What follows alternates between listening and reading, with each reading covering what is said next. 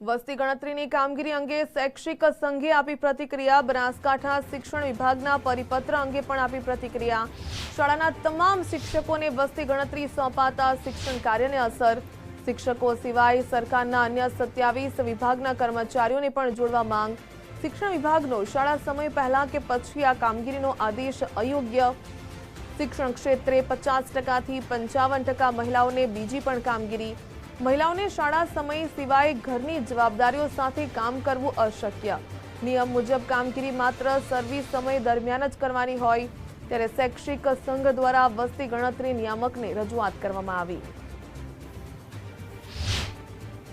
શૈક્ષિક મહાસંઘને સમગ્ર ગુજરાતમાંથી રજૂઆત મળતી હોય છે કે શિક્ષકોના અન્ય વિભાગોની પ્રમાણમાં વધારે ઓર્ડર કરવામાં આવેલા છે।